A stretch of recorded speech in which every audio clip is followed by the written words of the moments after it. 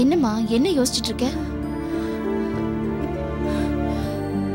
நான் இப்ப யோசிக்கிறது இவ்வளவு பிரச்சனை நம்மளை சுத்தி நடக்கிறப்போ நீ ஊருக்கு போலான்னு எடுத்திருக்கிற முடிவை பத்தி தான். சொல்லு மாதவி, உன் முடிவை நீ மாத்திக்க போறது இல்லையா? அவ மாத்திக்க மாட்டாமா.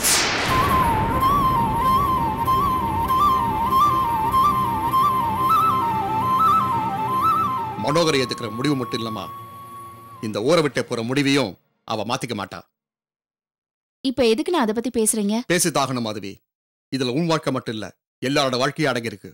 முன்ன மாதிரி நான் இருந்தா பரவாயில்ல, ஏதோ கொஞ்சம் நம்பிக்கையோட இருந்திருப்பேன். ஆனா எல்லாத்தையும் எழுந்துட்டு இப்ப ஒன்னொன்னுக்கு உன் கையை எதிர்பார்க்க வேண்டியிருக்குல்ல. அதனாலதான் சொல்றேன், இதுக்கு ஒரு முடிவு பேசியே ஆகணும். சம்பாதிக்காத புருஷனை கட்டின பொண்டாட்டி மதிக்க மாட்டான்னு சொல்லுவாங்க. ஆனா கூட பிறந்த தங்கச்சி மதிக்க மாட்டான்னு உன் மௌனத்தை பார்த்தது எனக்கு புரியுது மாதவி. அண்ணா வேண்டாம் மாதவி, நீ எடுத்திருக்கிற முடிவால கலை எவ்வளவு வேதனைப்பட்டா தெரியுமா?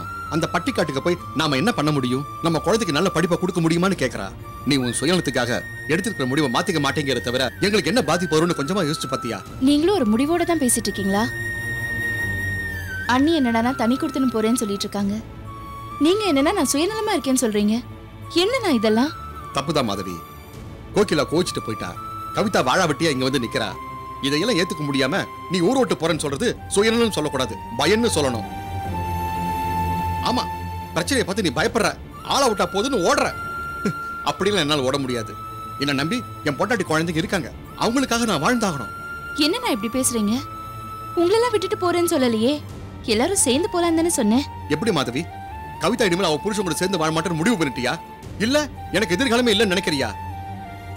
இப்படி எல்லாம் நினைக்க போய் தானே எங்களை எல்லாம் உங்க கூட வர சொல்ற. முடியாது மாதவி. வேணா அம்மாவும் கவிதா உங்க கூட வரட்டும், நானும் கலையும் வர முடியாது. என் பொண்ணோட எதிர்காலம் என்னாகும் சொல்லி கலை நொந்து போய் அவன் ஃப்ரெண்டு விட்டு கோயம்புத்தூர் போயிட்டா.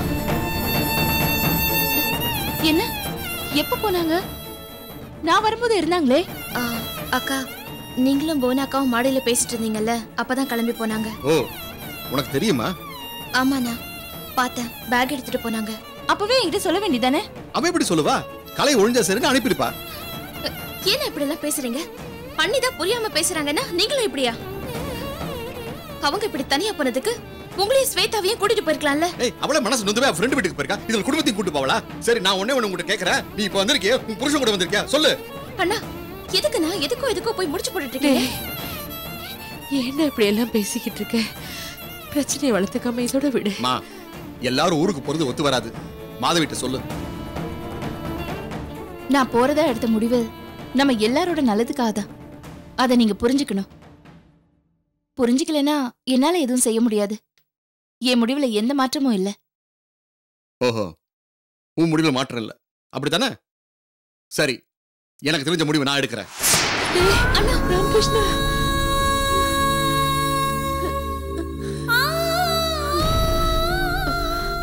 என்னம்மா இது? நீயாவது புரிஞ்சுக்கிட்டு நடந்துக்கம்மா.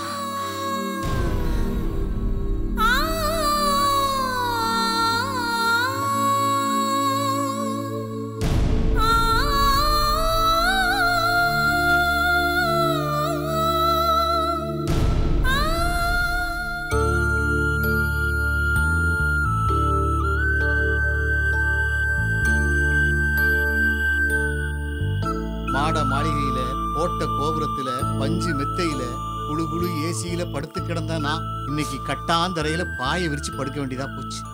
யோ, என்ன கிடவுத மாதிரி படுத்து கிடக்க? காஷ்மீருக்கு ஒரு கால், கன்னியாகுமரிக்கு ஒரு கால் நீட்டி படுத்திருக்க.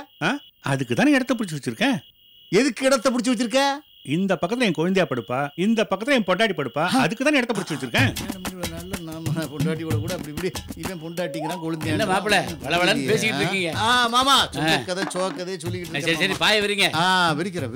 என்ன படுக்காம கதை பேசிட்டு இருக்கீங்க? வாங்கிட்டு போங்க. மாமா நீங்க வந்து இங்க படுங்க. சரி, அக்கா அந்த பக்கம் போய் படு. அப்படி போக்கா. ஈஸ்வரி நடுவுல படு. ஈஸ்வரி இங்க படு. மாமா இங்க படுத்துக்கங்க. சரி சரி மாப்பிள நீ அந்த பக்கம் போய் படுத்துக்கடா. மாமா போ போ போ. ஈஸ்வரி நிம்மதியா தூங்கி ரொம்ப நாள் ஆச்சு. உங்களுக்கு என்ன போங்க. அம்மா நீ இப்படி வந்து படுங்க. இல்ல ஈஸ்வரி நான் இருந்தா போங்க. சரி. என்ன பார்வை வெடி கிடக்கு. போ அந்த பக்கம் போ. போ அப்படி. நேரம் சரியில்லை. மாப்பிள என்ன மாப்பிள என்ன மாமா? நீ வேணா அந்த பக்கம் வந்து பட. ஏன்? ஒன்றும் இல்லை, அந்த மீசக்காரோட கொழுந்தி அந்த பக்கம் படுக்கானாம். நான் ஒரு பெரிய மனுஷன், அது வயசு பிள்ளை, பக்கத்தில் படுத்தா ஒரு பாதுகாப்பாக இருக்குமேன்னு சொல்ல வந்தேன். அதுக்குள்ள இந்த ஆளுக்கிட்ட எல்லாம் விவரத்தையும் விசாரிச்சிங்களா? அது இல்லை ஏண்டா என்னடா அது ஒன்றும் இல்லை சொல்லி ஏதோ சின்ன இப்போ ஏதோ குழம்பிட்டு கிடக்கான். போ படுறா படுறா படுறா படுறா படுறா. சந்தோஷமா இருக்க மாட்டான், அடுத்தவனையும் நிம்மதியாக இருக்க விட மாட்டான். அது யாரா புதுசா ஒருத்தன்? அது யாரா புதுசா ஒருத்தன்? காலையில பார்த்தோமே. தைரியமா இருங்க, தைரியமா இருங்க. ஒரு பயம் இருக்கக்கூடாது. ஓடுங்க ஓடுங்கன்னு சொல்லிட்டு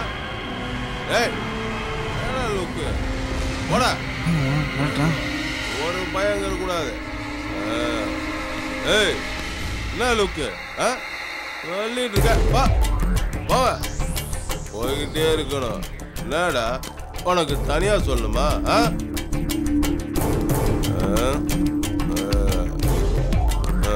ஏய் யாரியா நீங்க? கேக்குறல்ல, எழுந்துறியா? எழுந்துரு. யாரா நீ? யாரியா நீங்க? ஏன் இடத்துல படுத்துருக்கீங்க? இங்க பாரு, பாத்ரூம் போயிட்டு வருவேன், அதுக்குள்ள ஒழுங்கு மரியாதை ஓடி போயிடணும்னா என்ன பெருசு? என்ன லுக்கு? பிச்சுடும் பிச்சு. என்ன முறைகிற? கண்ணை நோண்டி போடுவேன். ஒழுங்கு மரியாதையா ஓடி போயிருங்க, இல்ல மாப்பிள மிரட்டிட்டு போறான். பயமா இருக்கு மாமா. யோ மீச எந்திரியா. என்னடா அந்த பையன் முட்டா பையன் மாதிரி பேசிட்டு போறான்?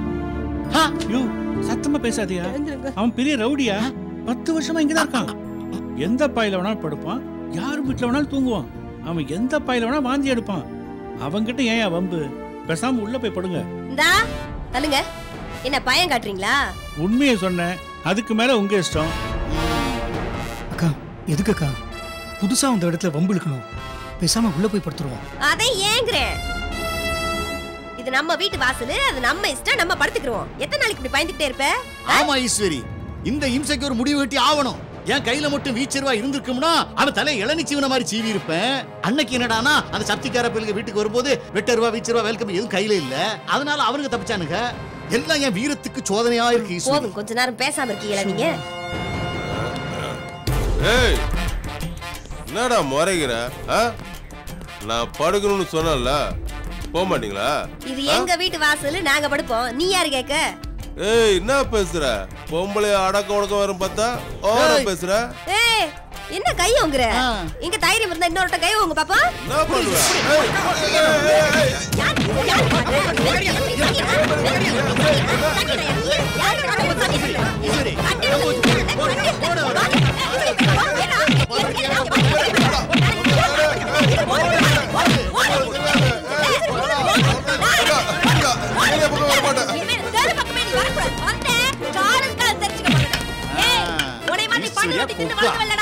கிராமத்துல வளர்ந்தவ, இன்னொரு வட்டம் அந்த பக்கம் வந்த வெட்டி போலி போட்டுருவேன். தெரிஞ்சுக்க.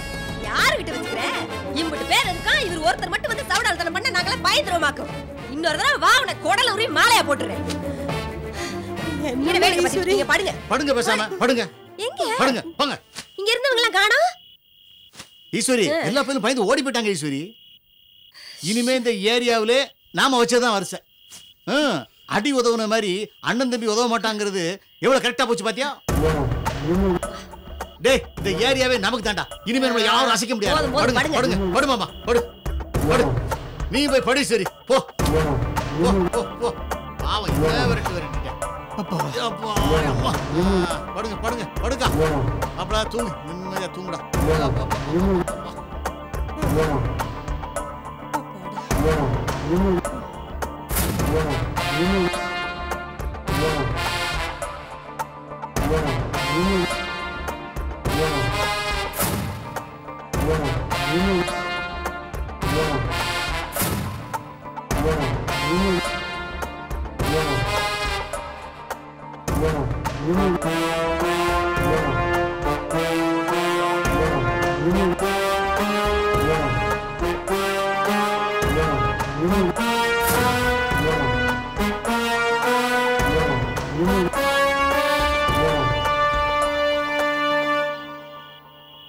இவ்வளவு நடந்ததுக்கு அப்புறம் எப்படித்தான் இதுகளால நிம்மதியா தூங்க முடியுதோ தெரியல.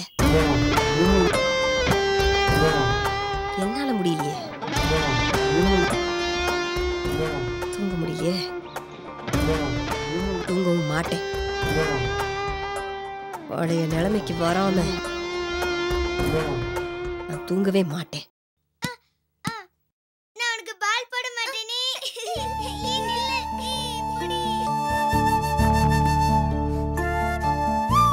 அவன் மனசு காயப்பட்டு கிடக்குது. கொஞ்ச நாள்ல எல்லாம் சரியாயிடும்.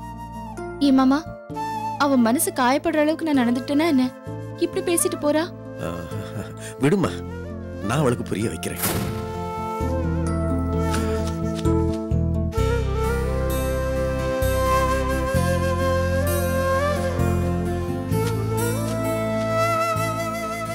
கோகிலா, மாதவி கிட்ட நீ ரொம்ப கடுமையாவே பேசிட்டேம்மா.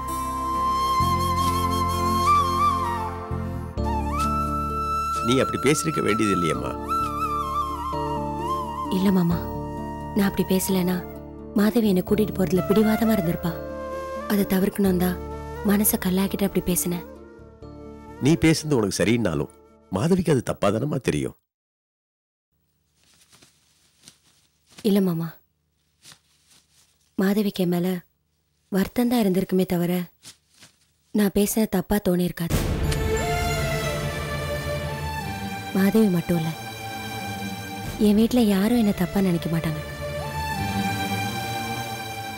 அவங்கள புரிஞ்சுக்காம அவசரப்பட்டு நான் வெளியில வந்துட்டேன்னு வருத்தம் தான் படுவாங்க. என்னமோம்மா, வீடு வரைக்கும் வந்துட்டு போறேன்னு சொன்ன மாதவிய நீ எடுத்தெறிஞ்சு பேசினது எனக்கு சரியா படலமா. இல்லைன்னா மாதவி இன்னும் என் மேல அக்கறையா இருந்திருப்பா. எப்படி எப்படியோ இருந்துட்டு இப்படி ஒரு சின்ன இடத்துல வந்து இருக்கியேன்னு அவ ரொம்ப கவலைப்படுவா. அது மட்டும் இல்ல மாமா, என் குழந்தைங்க மேலேயும் அவளுக்கு பாசம் ஜாஸ்தி. அந்த பாசத்தால மற்றவங்களை விட அவ எனக்காக எல்லாம் செய்ய ஆரம்பிப்பா. இது மற்றவங்களுக்கு மனஸ்தாபத்தை உண்டாக்கிடும். நான் மட்டும் தான் கஷ்டப்படுறேனா? கவிதா கஷ்டப்படலையா? அண்ணன் கஷ்டப்படலையா? எல்லாருமே மாதவி தான் எதிர்பார்த்துட்டு இருக்காங்க. ஏன் ஒருத்தையே மாதவி பார்த்துட்டு இருந்தா அது சரியாவா இருக்கும்? மற்றவங்க கஷ்டத்தையும் அவ தீர்க்க வேணாமா? அதான் அவங்களுக்கெல்லாம் வழி விட்டுட்டு நான் விலகி வந்துட்டேன்.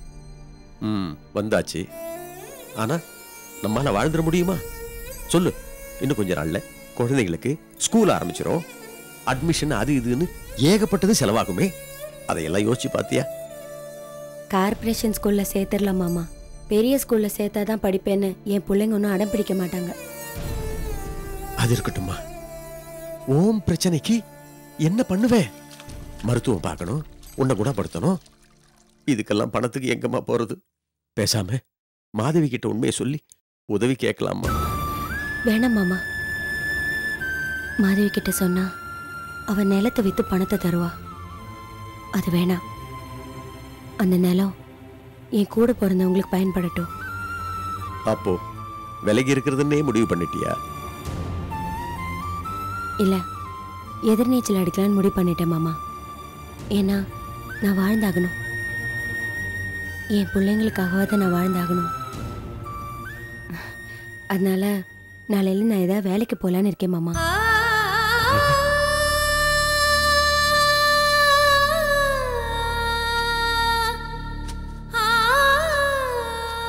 பக்கத்துல சுந்தரி அக்கான்னு ஒருத்தவங்க இருக்காங்க.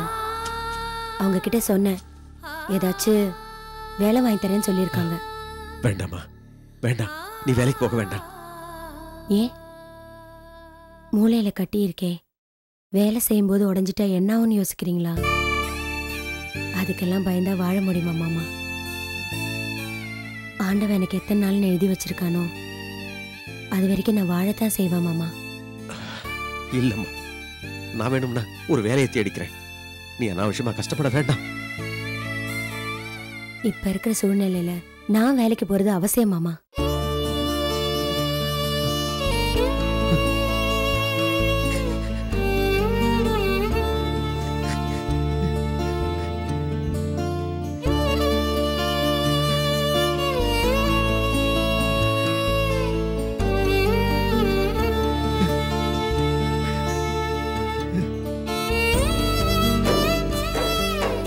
கடவுளே, இவ்வளவு நல்ல பொண்ணுக்கு மாறி மாறி சோதனையை கொடுக்கறியே. உனக்கு விளையாடி பார்க்கணும்னு ஆசை இருந்தா என் வாழ்க்கையில விளையாடிப்பார். என் மருமக வாழ்க்கையில விளையாடாத. அவ தாங்கிட்டா, என்னால தாங்க முடியல பகவானே, தாங்க முடியல.